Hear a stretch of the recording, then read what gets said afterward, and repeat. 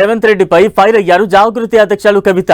గద్వాల జిల్లాలో జాగృతి కార్యకర్తలతో భేటీ అయిన ఆమె సీఎం రేవంత్ రెడ్డి టార్గెట్ గా విమర్శలు చేశారు. రేవంత్ రెడ్డి తెలంగాణ ప్రజలను మోసం చేస్తున్నారని మండిపడ్డారు. రాష్ట్ర పాలన మొత్తం ఢిల్లీ నుంచే జరుగుతోందని, తెలంగాణ ప్రభుత్వం ఢిల్లీకి గులాంగిరి చేస్తోందంటూ విమర్శించారు. కాంగ్రెస్ పార్టీకి తెలంగాణ ఏటీఎంగా మారిందన్నారు కవిత.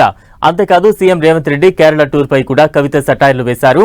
తెలంగాణలో ఏం ఒరగబెట్టారని కేరళకు వెళ్లి నీతులు చెప్పారంటూ ఫైర్ అయ్యారు.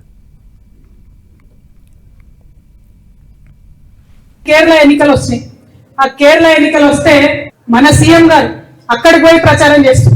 ఏమని? మొత్తం తెలంగాణ అంతా మేము తీర్చిదిద్దినాం, బొట్టు పెట్టినాం, మంచిగా చేసినాం, అట్లా మీ కేరళలో కాంగ్రెస్ ని గెలిపిమని అంటున్నారు. ఇక్కడ ఏమన్నా చేసిందా? ఏమన్నా సాధించిందా? ఇక్కడ మీరు ఒక్కసారి ఆలోచించారు. ఎవరికన్నా రైతులకు ఎక్కడన్నా పెన్షన్ పెరిగిందా? ముసలాళ్ళ కావాలకు ఎక్కడైనా 2500 రూపాయలు వస్తున్నాయా? మహిళలకు ఎక్కడైనా స్టూడెంట్స్ కి విద్యా భరోసా కార్డు వస్తుందా? నిరుద్యోగులకు జాబులు వస్తున్నాయా? రైతులకు రైతు భరోసా టైంకి వస్తున్నదా? ఒకటే ఎకరానికి రైతు భరోసా వేసి దాన్ని పెద్ద గొప్పగా చెప్పి అక్కడ పోయి మాట్లాడుతున్నారు. రైతు రుణమాఫీ కూడా సగం కూడా కానటువంటి పరిస్థితి. అంటే ఎంత ఘోరం అంటే కాంగ్రెస్ పార్టీ వాళ్ళ అబద్ధాలు చాలా దారుణంగా ఉన్నాయి. ప్రజల్ని వంచిస్తా ఉన్నారు. ఎందుకన్నా నువ్వు లేచి నిలబడుతున్నావు? ఫోన్ చేసింది రాహుల్ గాంధీ కదా, మరి ఫోన్ లో కనబడదు కదా, నువ్వు నిల్చున్నావా కూర్చున్నావా? ఎందుకన్నా నువ్వు లేచి నిలబడా అంటే సీఎం గారు చెప్తున్నట్టు రేవంత్ రెడ్డి గారు, నీకు తెలియదు బింబాయి, నువ్వు ఆగు. ఎందుకంటే నేను కూర్చొని ఫోన్ మాట్లాడినా అనుకో రాహుల్ గాంధీతోని, బట్టి విక్రమార్క అన్న ఢిల్లీకి పోయినప్పుడు ఇంగ్లీష్ లో రాహుల్ గాంధీ గారికి చెప్తారు, రాహుల్ జీ యూ కాల్, ఆయన కూర్చొని మాట్లాడుతున్నాను చెప్తారు. కాబట్టి నిల్చొని మాట్లాడితేనే మనకు నాకు కూర్చుంటది మోస్తానికి నీకు సంచి ఉంటదిరా నాయన, లేకపోతే నాకు కూర్చుంటది నీకు సంచి ఉండదు అని చెప్పిండు. అంటే ఎంత ఘోరమైన గులాంగిరి అంటే అంతకుముందు కూడా చూసినాం.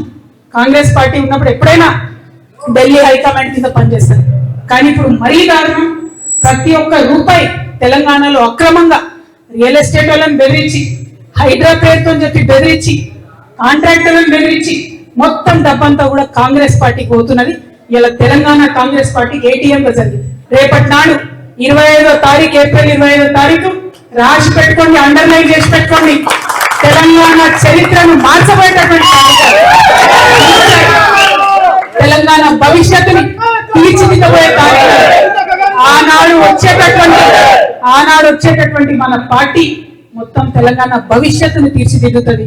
ఒక కొత్త తరహా రాజకీయం ఎట్లుండాలి, ప్రజల పక్షాన నిలబడి త్యాగాలు చేసేటటువంటి రాజకీయ నాయకులు ఎట్లుండాలో చూపించేటటువంటి పార్టీగా ఉంటుంది.